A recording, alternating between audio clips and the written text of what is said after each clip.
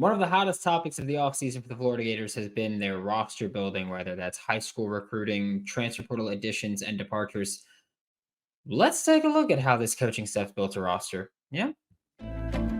You are Locked On Gators, your daily podcast on the Florida Gators. Part of the Locked On Podcast Network, your team every day.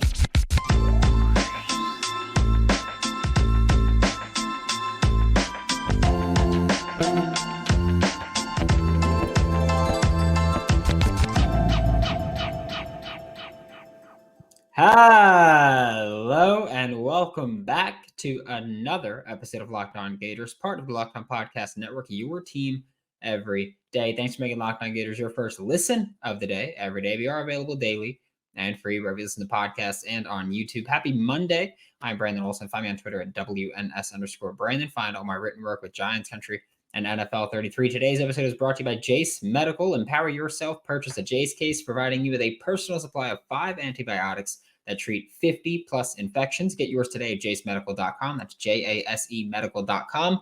And we're going to dive into today the entire roster. We're not going to go like player by player, but we are going to go position by position to talk about how this coaching staff has kind of built the rooms, or so to say.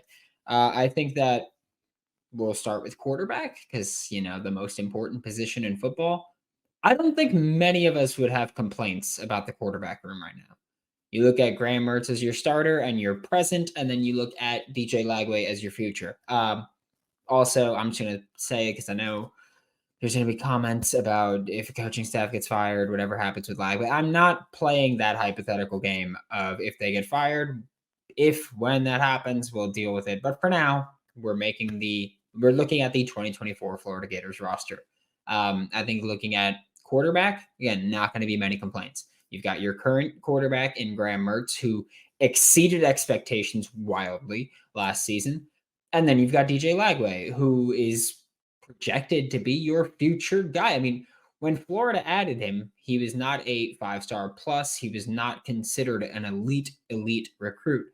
And then by the time National Signing Day came by, he was number 3 or number 6? I know that it was him and LJ McCray were 3 and 6.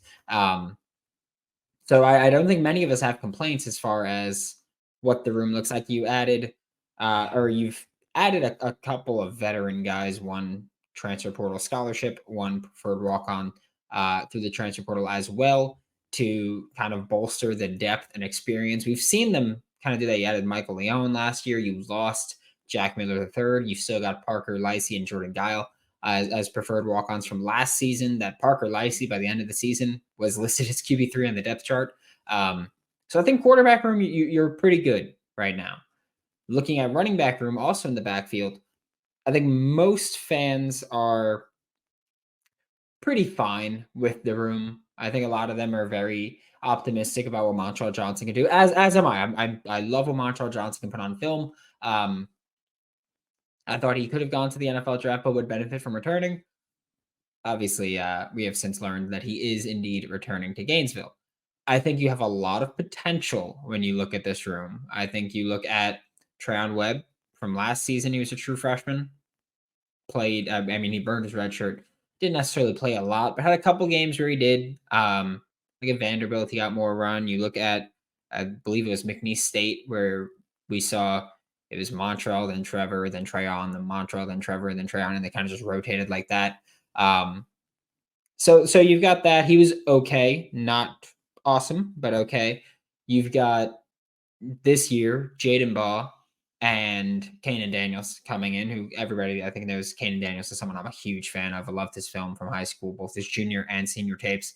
And you have Cam Carroll, who we don't know what he's going to be. We know that he got injured prior to the season last year, and that it kind of came down to, or that there's rumors now of like maybe he has some nerve damage in that knee and maybe he can't return, or if he does return, he won't be nearly what he used to be at Tulane.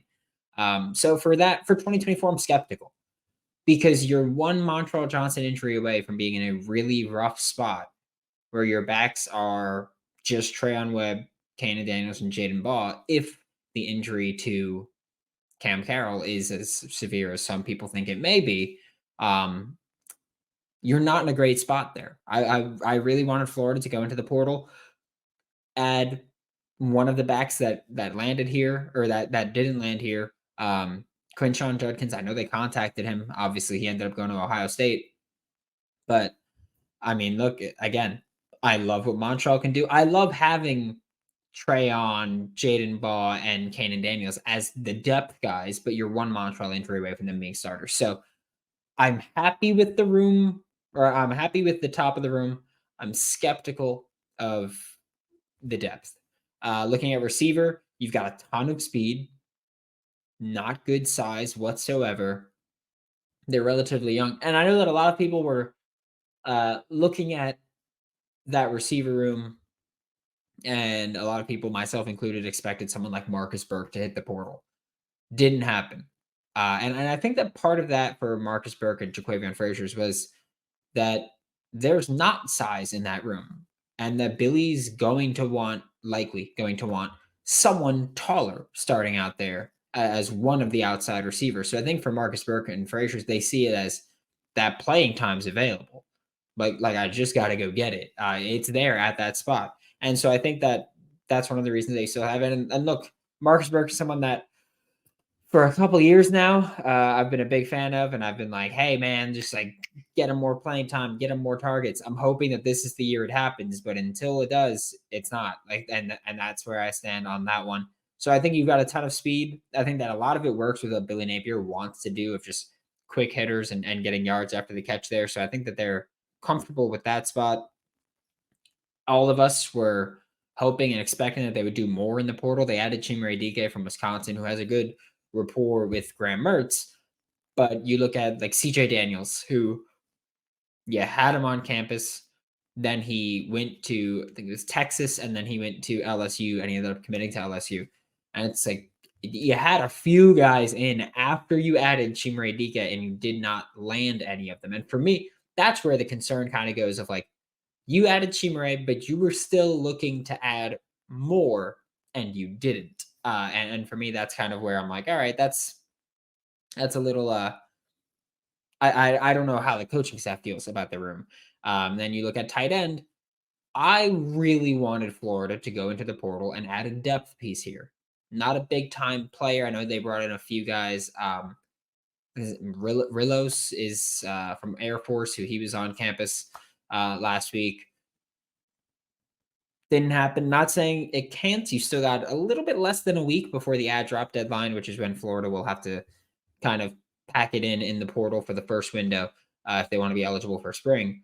But yeah, I would have liked if Florida added depth here. I think everybody knows I love the top duo of Hayden Hansen and Arlis Boardingham. Hayden as a blocker, Arlis as a pass catcher. I love having Tony Livingston as a tight end 3, where he can block. And, like, he will play both roles genuinely. I think you look at Hayden. Hayden's not going to play the pass catching tight end role. Arlis is not going to be lining up as the inline blocker. I think Tony Livingston has the size, skill set to play both, and I think that's where his versatility is huge. I'm curious to see how Keon Zipperer looks coming back from his injury. He's had a long time to recover now. He got injured early in the process.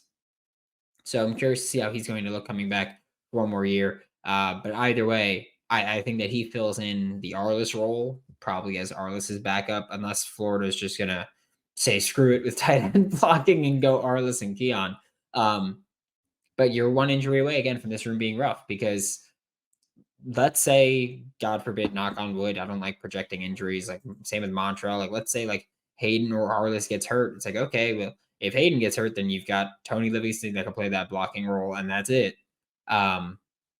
And that's you're one injury away from this position room being rough. You've got Amir Jackson as depth as a tight end, but even then, I don't think he's going to be ready this year. I just don't. I know that so many fans love that. Oh, he's a wide receiver tight end hybrid. He's going to be the next Kyle Pitts. Those kinds of guys, I don't expect them to play early. Because especially with this offense, if you want to play tight end, even if you are that great pass catching tight end, you need to be an at least somewhat reliable blocker. And I will say, I don't think Arlis was a good blocker last year at all. but you need to be a somewhat reliable blocker. Amir Jackson played basically receiver in high school. He's gonna have to learn how to function better as a blocker, how to use leverage better, how to add more strength. And I don't know if you could do that in one off season. Because again, he was basically playing wide receiver. He was taking end arounds and reverses and screens from the wide spot. Like he was playing receiver. He was playing that Kyle Pitts role. Unfortunately, Billy Napier has not used a tight end like that. So I'm not expecting him to do that early on. Maybe in the red zone you put him in, but even then, I don't expect him to play a ton. That's just not the expectation for me. I would love it if I was wrong, but I'm just not gonna. I'm not gonna set myself up for disappointment by expecting that. We're about to move into everyone's favorite parts that are gonna age me here, the trenches. Before we do that, we're gonna get a quick word from FanDuel. Today's episode of Locked On Gators is brought to you by FanDuel, and today's episode of Locked On Gators is brought to you by Money in My Pocket, because last night was an awesome night for FanDuel, for me at least. Just that Lions-Rams game, having Stafford to have 300 yards and Puka to have 100 receiving, having Amon-Ra and Puka to combine for 200, and it cashed like 4 minutes into the third quarter. It was awesome. It was beautiful. New customers get $150 in bonus bets guaranteed when you place a $5 bet.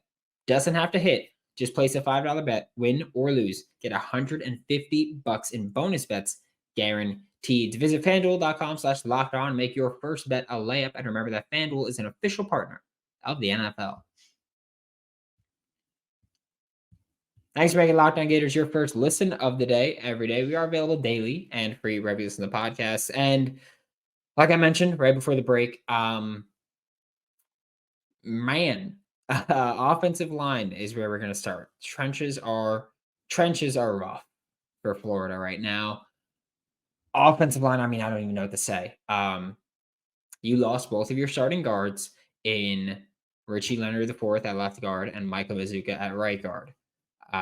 You will play one of them this year because Michael Mazuka went to Nebraska, where he was recruited by Matt Rule in high school to go to Baylor, and then he came to Florida, and then now Matt Rule's at Nebraska, so he followed him there. Richie Leonard IV is now at Florida State, so you will see him. I believe it's November 30th. So we'll see that. Again, I think we know that. I think most listeners, and if you follow me on Twitter, you know I was a fan of what Richie Leonard IV put on film. I think even if you don't think he was good last year, I don't think you could really argue he was at the absolute worst a top two offensive lineman on this team last year, and Jake Slaughter and Richie Leonard IV. And also Richie was playing with a banged up hand for like half the season, 40% of the season, which is just even more embarrassing for the rest of the offensive line, that your best or second best blocker was not playing at 100%. Tackle play in 2023 was maybe the most disgusting thing I've ever seen at the SEC level. It freaking sucked. I almost dropped a hard F word there. That's how upsetting tackle play was. You added a couple guys in Brandon Crenshaw Dixon and Devin Manuel from Arkansas, Brandon Crenshaw Dixon from San Diego State. I think that Brandon Crenshaw Dixon will start from day one. And then I think at the other tackle spot, whichever one that may be, because Brandon Crenshaw Dixon started at both, I think whatever the other tackle spot is going to come down to just a battle. Austin Barber, Devin Manuel. You want to put Cam Waits in there. You want to put Damian George in the competition. Go ahead. I'm fine putting Damian George in the competition because I do not believe he would win it. Like if you want to put him in the competition and you feel like he's your best option, first off, yikes for your tackle spot. But also, I don't think he would win that. At guard, I think you should put Damian George there. I want to nip this in the bud. I think that he would be better at guard than tackle. Like we see so many times with the guy who hasn't played guard in college and they're playing tackle, and we go, oh, at the NFL level, they're going to be better at guard. That's where it is with Damian George. Do not say that he played guard at Alabama. 0 career snaps at guard. 0. So do not say that he played guard. Okay, let's just nip that one in the bud. I think you look at Najee Harris as someone that could. I think you move Rod Kearney back to guard where he belongs. But then at center, you've got Jake Slaughter, and it's Rod Kearney behind him. So I don't know if you can move Rod back. I think that Florida's just in a rough spot on the offensive line. It was always going to be something that you cannot fix in one offseason. Like looking at this 2023 season, it was pretty evident you would not be able to fix this offensive line in just this offseason. They were just it was tremendously bad. So I don't think it was possible. Jake Slaughter was a big bright spot in 2023. I think that I know that a lot of people, I don't know. I feel like so many people are bad at evaluating offensive line play. Like professionals are bad at evaluating offensive line play. And yet every fan thinks that they can like say what they have no idea what they're talking about on the offensive line because a play breaks down and they think it's that player's fault. Like learn ball and then have an opinion on the offensive line. Because Jake Slaughter was, again, it was either him or Richie Leonard that were the best offensive linemen on the team. One of those two. I will not accept another answer. And so Jake Slaughter going to be returning. He was pretty good. Hell, Jake Slaughter was like the 14th highest graded 14th highest graded center in the nation on PFF. So I don't want to hear it. Looking at the defensive line, I'm including Jack here. I just want to get that out there. Consider front four, not even defensive line, front four. Okay, that's what we're doing. We're doing the front four guys on the line because Jack is not an actual linebacker. It's a stand-up defensive end, basically. So I'm including Jack in this. I am optimistic of the interior of the line. I am, because you look at nose tackle, and your most likely top two are going to be Cam Jackson, Desmond Watson. And I think Caleb Banks probably plays there a little bit. So then you got Cam Jackson, Des Watson, Caleb Banks a little bit. I'm okay with that. I think Cam is a dominant nose tackle. I thought he was NFL bound. And he wouldn't have been drafted high because nose tackles don't generally get drafted high unless you're like Jordan Davis. And you're just an athletic world-beating freak. But I think Cam Jackson's an NFL nose tackle. Comfortable saying that. Desmond Watson, not great, but as a rotational nose tackle, I'm cool with it. I think him working behind Cam Jackson helps him a lot. I do. I think that he got better from 2022 to 2023. I think Des Watson has a higher ceiling, and I think if you just kind of, with the new strength conditioning staff, hopefully trim down a little of the fat, I think that we're looking at someone who's much more, or hell, I don't care about the fat. If you think he's healthy enough to play football, I'm fine with it. If his cardio is better, if his conditioning is better, and if he's in playing shape, go for it, dude. I don't even care about it. Joey Slackman and Caleb Banks are going to be the probably guys at the 3-tech spot, which is like the little D tackle, big defensive end spot in this defense. I'm happy with that duo. Straight up, I am. I expect Joey Slackman to start. I expect Caleb Banks to be the backup. And I'm fine with that. I'm fine with it if it goes the other way around, genuinely, because they're both going to play a lot of snaps, I think. I think Caleb Banks will probably play a little bit of both tackle spots. I think that's just what we look at. Maybe we look at LJ McCray at one of the spots, either that or the F spot. But for me, edge is a concern. You have nobody proven on the edge. Not a single proven player. Like, yeah, Kelby Collins, TJ Searcy, they're going to be obviously significantly improved on the edge. You're going to add LJ McCray to the F spot, probably F or 3-tech. And then you look at Jack behind them. There's really not much. I know that a lot of people like Jack Pyburn, and I do too. However, one, he was not productive last season when he played defensive snaps. And two, tore his ACL rather late in the year. It was November 4th that he tore his ACL, and I think he got surgery on it on like December 2nd. That means he's at this point a month and 2 weeks away, or a month and 2 weeks off of ACL surgery. I'm not expecting him to do much in the spring, like just play wise. That's where I run into the issue of I don't think he was a starter quality edge last season. And I think that his development is stunted because of that injury, because it's going to happen, because he's going to spend most of the offseason rehabbing. Like, I kind of wish that the injury happened earlier in the year. And then we look at him as like, okay, man, like you're going to be coming back from the injury during spring, which he still could if he's a quick recovery. But yeah, it's I think a fair concern of mine to say that I'm a little skeptical of the depth here and the top talent at Jack or edge. Because again, I love what TJ Searcy and Kelby Collins put on film, but to project them and expect them to do that as full-time starters next year, and Justice Boone is returning again, which we'll see what he does. I wasn't a huge fan of Justice Boone. I wasn't the type that I'm like, oh, he's gonna wreck the world. Tyreek Sapp is coming back as well, and again, don't think he was anything special at F last season. I'm not sold on the edge room. Interior, pretty good. Edge, that's gonna have to be a wait and see for me. Just straight up, that's just what it's gonna have to be. And then we move to the part that's the back seven. This show has just gotten like just more and more skeptical as we've gone on. So let's keep the skepticism rolling. But first, we're gonna get a quick word from Jace Medical. We spend a lot of time talking together, you and I. We get fired up on wins and losses, who starts, who sits, who comes and goes from the transfer portal and high school recruiting. And I'm thankful for that connection we have. I think everybody knows that. I'm very open about that.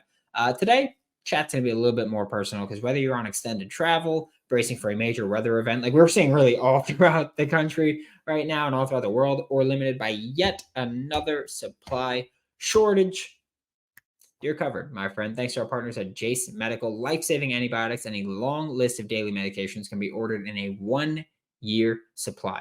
So go online right now at jacemedical.com to receive your 12-month supply on your daily medication. And remember to use promo code LOCKED ON at checkout for a $20 discount on your purchase. Remember to use promo code LOCKED ON for $20 off your purchase. That's JASE Medical.com to see if it's offered for you.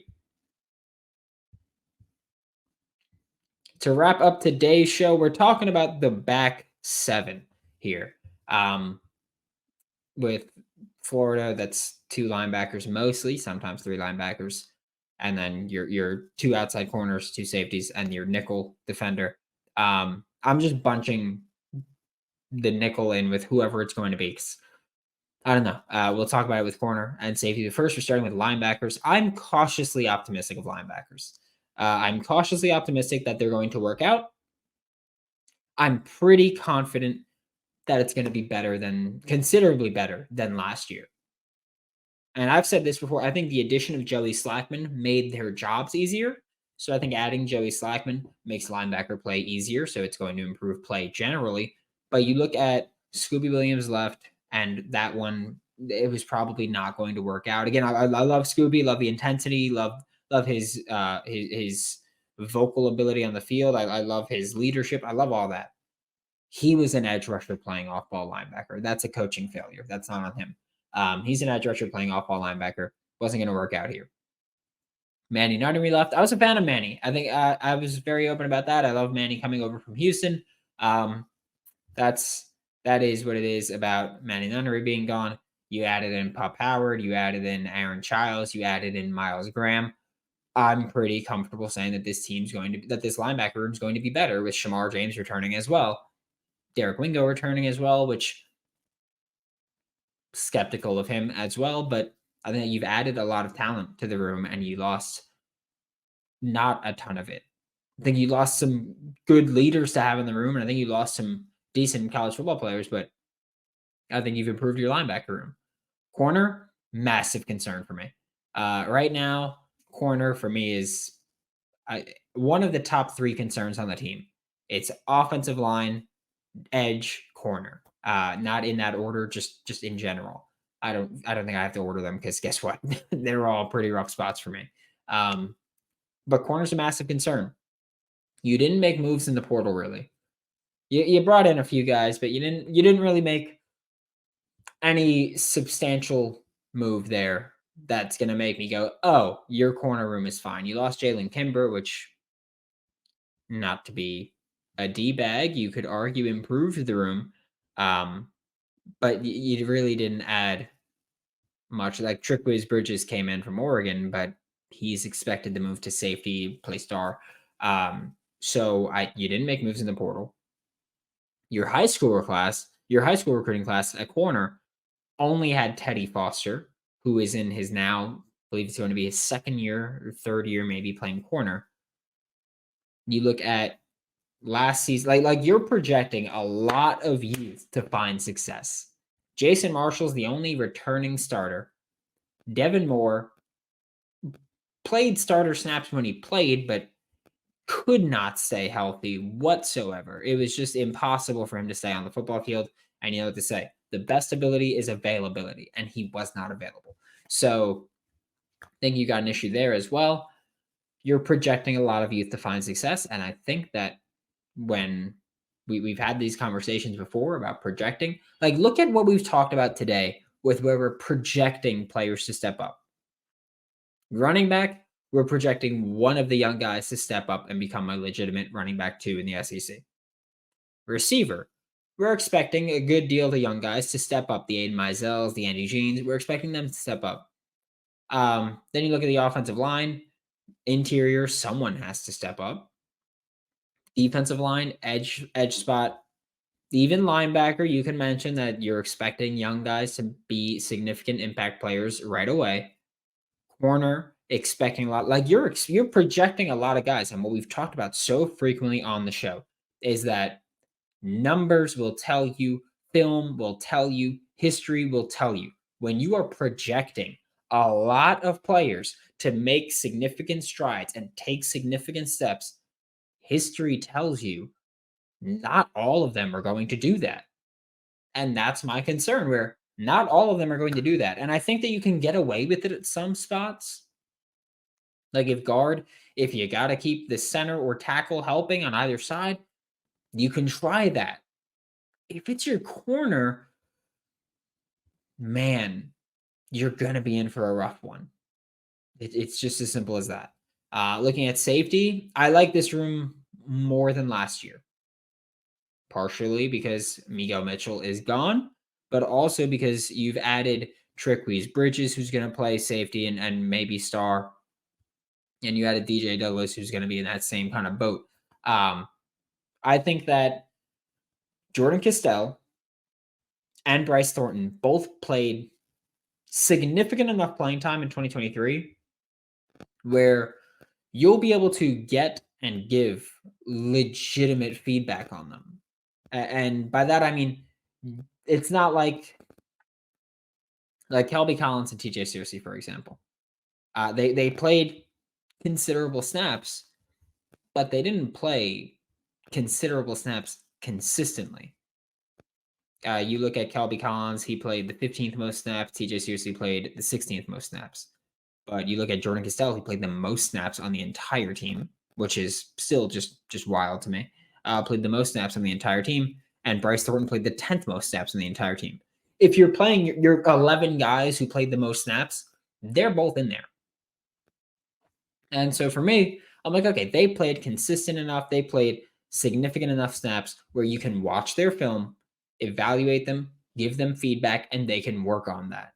Because it's not a matter of looking at Kelby Collins and TJ Searcy, who, by the way, again, I love what they put on film last year. It's just a matter of not coming in and doing it off the bench with fresh legs. Now you got to do it every single time, every single down that you're out there. I think with Castell and Thornton, you've seen them do it as starters. You can go back, watch, and tell them to develop. And I'm also a fan of the portal impact, like I mentioned with DJ Douglas, Trickwise Bridges. I like the additions.